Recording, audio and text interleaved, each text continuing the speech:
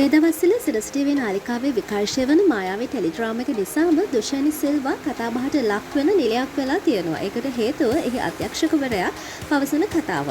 හැබැයි දුෂානි නම් කියන්නේ දවස් දෙකක නිවාඩුවක් ඇයට ලබා නොදුන්න නිසා තමයි ඇය මේ විදිහට රූපගත කිරීම සඳහා දායක නොවුනේ කියලා. හැබැයි මේ කතාවේ අධ්‍යක්ෂක සඳුන් රාජකරුණ නම් කියන්නේ ඇගේ පෙම්වතත් එක්ක වීඩියෝ කෝල්ස් වල තමයි ෂූටින් ආවත් ඉන්නේ. ෂූටින් කරන වෙලාවෙත් තියෙන වීඩියෝ කෝල්ස් වල ඒ නිසා හරියට තමන්ගේ ටෙලිනාට්‍ය රූපගත කිරීම කරගන්න බැරි වුණා කියලා තමයි ඔහු කියන්නේ.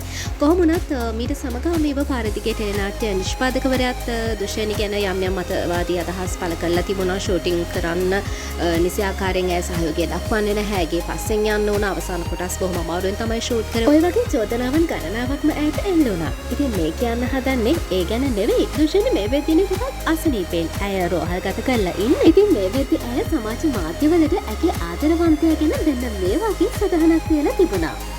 නිතරම මම ගැන හොයලා බලන ඕනම දෙයකට මගේ ළඟ ඉන්න, මං ගැන දුක් වෙන, සතුටු වෙන මගේ තාත්තට පස්සේ මට වැඩිපුරම ආදරය දුන්න මට හමු වුණු ප්‍රේමවන්තයා නුඹ.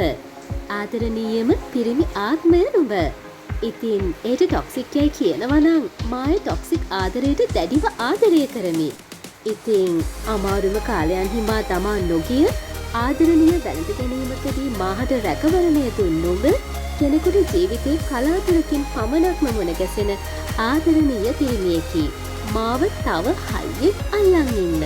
මේ තමයි දුෂානි එයාගේ ආදරවන්තයා සචින් වෙනුවෙන් Facebook ඔස්සේ තබපු සටහන. ඉතින් දුෂානිට මේ අමාරු කාලේ ඉතාමත් පහසෙන් පස් කරගෙන යන්න පුළුවන් වෙන ආදරය තවත් හොඳින්ම දැනෙන හොඳ කාලයක් ඉදිරියේදී ලැබෙන්න කියලා අපි විශ් කරනවා ඉක්මන් සුවය සමගින්ම.